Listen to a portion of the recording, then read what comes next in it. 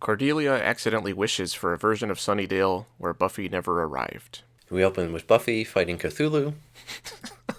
And after they kill him, he doesn't vanish. And I'm glad they addressed that they would have to do something about that. Unlike all the human characters that have died in the show so far. Yeah, they're organic. They'll just kind of disintegrate naturally. They also talk about how Faith has been unreachable lately. Maybe we'll get lucky and she'll just never show up again. But they don't actually try to do anything. Xander and Willow are upset that Cordelia and Oz are upset since the two of them were sucking face in the last episode. Not going on picnics with each other would probably be a good start toward fixing things. And they say they are done making out with each other, but it seems like there'd be no reason to believe that, seeing how hard they struggled with it before, when nothing was happening. Right. And we cut to Cordelia really not practicing the best home safety protocol. I thought she was going to be performing some kind of ritual or magic. And at school, she shows up looking super dressed up. And she meets up with her old group of friends, who are still bitches. And they introduce a new member of the group named Anya, and say that Cordelia has to get back to dating. They suggest dating Jonathan and walk off laughing. But if they were just going to make fun of her, why did they bother introducing Anya to her? That didn't really make sense. Maybe they just wanted Anya to know how they felt about Cordelia. Yeah, maybe. I thought it was dumb. Well, you're not a dumb teenage girl, despite your best efforts. Okay, I will take that as a compliment. Willow talks to Oz, who asks that she leave him alone. I can't help feeling like the reason you want to talk is so you can feel better about yourself. Cordelia spots Xander in the hall and makes it look like she's making out with some random guy, which was pretty goofy. But that seems to fit her character type from before. I mean, she's stupid and the scene was stupid, so yeah, I guess. Yeah. And Xander walks off with his hurt feelings in tow. Then she runs into Anya, and they have a mutual disdain for boys, and they team up for her to get over Xander. Cordelia points out her prop necklace, which she says is a good luck charm. And she gets Cordelia talking about how much she hates Xander, saying, "Don't you wish," etc., etc. But Cordelia says she's done with Xander. At the Bronze, Xander is still feeling bad and guilty. And he and Cordelia try to outdo each other with how much fun they're having. Which makes sense from Cordelia's side, but from Xander's side, it makes him look even more like a sociopath. Your girlfriend found out you were cheating on her and then got impaled, and you want her to think you're having a lot of fun. I'm trying to think of a joke using the word rebound, but rebar. I can't get it right now. Let's move on. Buffy and Willow even point out that Cordelia is the victim, and Xander shuts them down and talks about how much he's going to enjoy life. What a piece of shit. Agreed. But then the others agree with him for some reason. What a bunch of pieces of shit. Agreed. Then Xander gets upset that Willow doesn't want him to touch her hand and starts moping. What a piece of shit. Agreed. She says things can't go back to the way they were if she hopes to patch things up with Oz. Cordelia leaves the Bronze, and Buffy goes to talk to her and gives her the advice to open up to her friends, because that will help. Which was laughably stupid, as we've been watching the show and seeing everything Buffy has done that is not that, but would solve all of her problems. What a fucking hypocrite. Then a vampire pops out of nowhere, and Buffy displays her finely tuned Slayer skills by knocking it into Cordelia and sending her into a pile of a pile of trash. She then stakes the vampire off screen to help keep the budget down.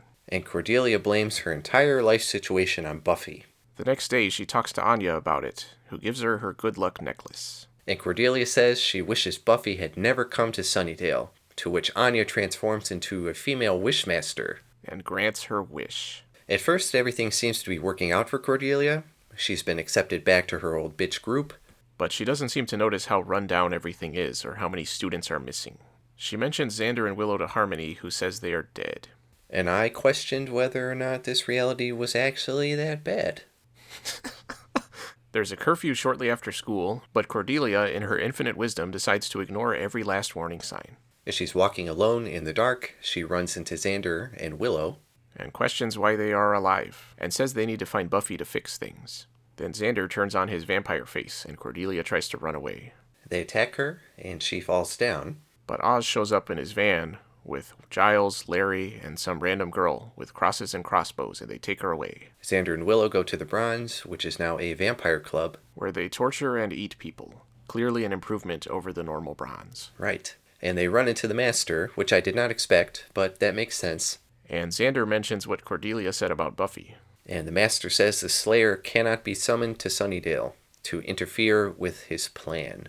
So they need to kill Cordelia. In the library, Cordelia wakes up and she tries to tell Giles what's going on. And how things were better before she made her wish. And he thinks she's just nuts. So they lock her up in the cage. The end. And when she mentions he's a watcher, he seems to start to believe her, because he's never told anybody he's a watcher. But before she can clarify, Willow and Xander show up and lock him in the cage, which is of course still there. And of course still filled with tons of weapons. And they make him watch as they kill Cordelia. My next note was, that was pretty cool. Why didn't they just kill Giles too? After they know he's now a watcher. Well, maybe they would have just assumed he would die because he's locked in a cage. I don't know. Like all those kids that Giles locked in that one episode. Yeah. That he then probably just tossed out that window. Xander and Willow leave, and then Oz and Larry show up, and as they're taking Cordelia's body to be incinerated, Giles notices her necklace and takes it. And they mention that Willow and Xander killed the other girl that was with them. Because she didn't have a name. Willow and Xander return to the Master and give him the good news. And the Master gives Willow permission to, quote, play with the puppy. And the way she initially looked at him, I was not sure where that was going. Because she kind of looks down at him, and I was like, what does that mean? Back at the library, Giles is on the phone with Buffy's current watcher, trying to get her to Sunnydale. And we cut back to Willow, whose puppy turns out to be Angel in a cell. Who, even in this reality, manages to take his shirt off within 10 seconds of showing up.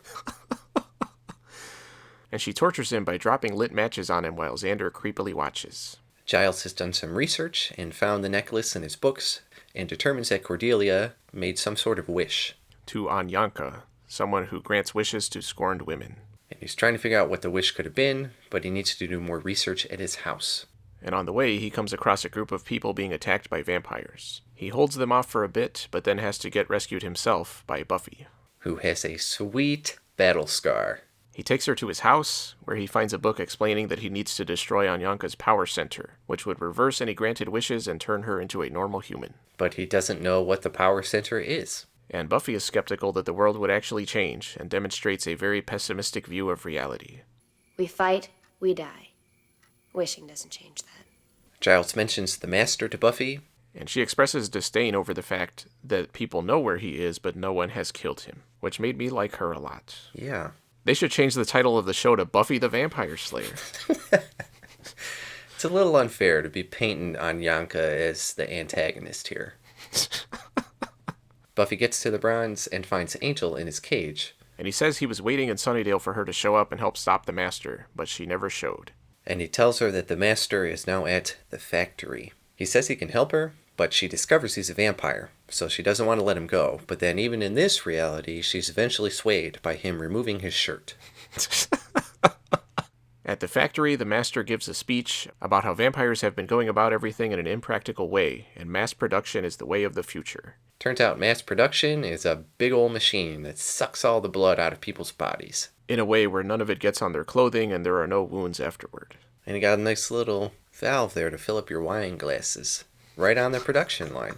It reminded me of Blade Trinity, where they have those vampire blood banks or whatever. Which, I'm sorry I brought that movie up, but that's what it made me think of. I've seen The Wishmaster more than I've seen that movie. That's how bad it is. Buffy and Angel show up. Buffy tries to shoot the Master, Angel frees the prisoners, and there's a big old fight. Question. Vampires can smell humans, right? I don't know. Because she walks through that whole crowd without any problems. Yeah, well, nobody points out that she's carrying a crossbow. And wouldn't her cross necklace be causing distress to all the people she's getting close to? Yeah, good question. I think I'm going to give this episode an F. For fantastic. Meanwhile, Giles has summoned Anyanka and is trying to figure out what Cordelia wished for. But Anyanka says she won't change things back. Back in the fight, Angel gets staked, which made me hope they wouldn't succeed in changing things back. I also shared that sentiment, especially after Xander and Willow both got staked. And everything goes into slow motion to let you know that it really matters. And Buffy and the Master head for a showdown. At the same time, Giles has discovered what Anyanka's power source is. It's her necklace, not the one he took from Cordelia, but the one she's currently wearing. And he prepares to smash it, but not before the Master snaps Buffy's neck. But then, unfortunately, Giles manages to smash the necklace. Things go back to normal, where Cordelia's wish never came true, to Anyanka's frustration. And Cordelia goes on making dumber and dumber wishes as dumb, overbearing, completely inappropriate happy music plays, and Buffy, Xander, and Willow joke around. What a good ending. The Wish. Overall? I wish... So many things you can probably imagine. Mainly that this episode was better. I did think it was cool and unexpected that Cordelia got killed and the protagonist role shifted to Giles. Up until that point, I was expecting Cordelia to have to solve her own problem and make everything right again, but I was totally okay with her just getting killed. That was cool too. Thought it was interesting that the Master had gotten out, and I'm glad they addressed that would have happened if Buffy hadn't been there, though I thought his whole plan with the factory was really stupid and unnecessary. Yeah. They easily could have done the same kind of plot they do all the time, where he was going to summon something even bigger and better than he was. Is the mayor still around in this reality?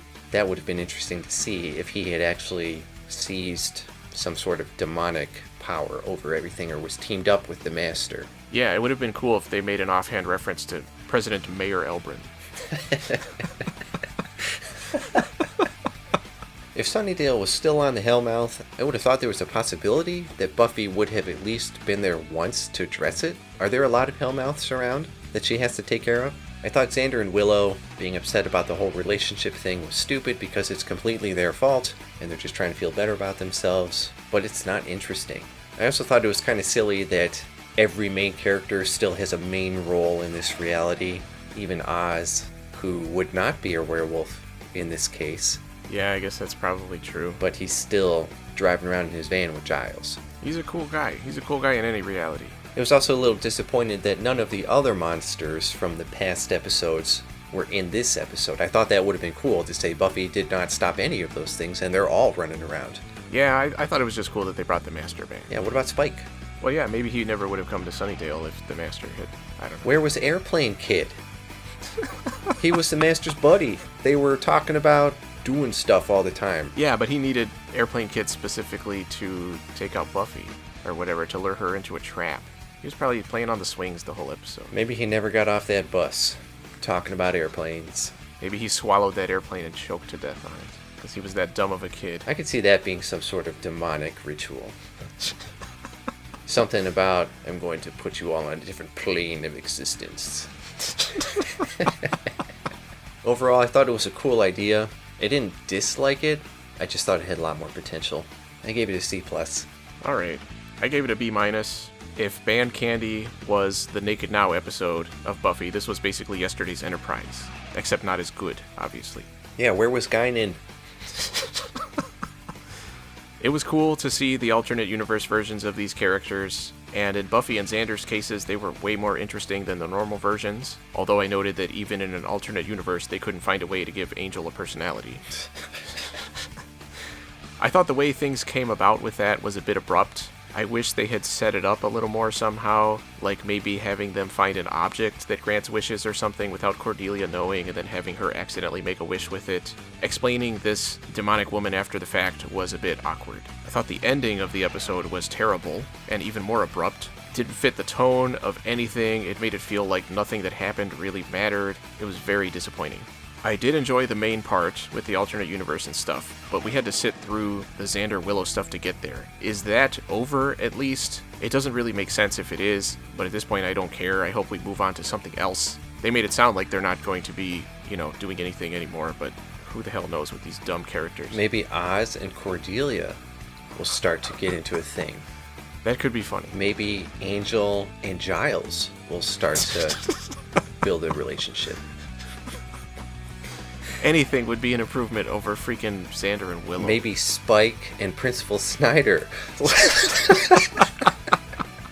I don't know how to wrap it up.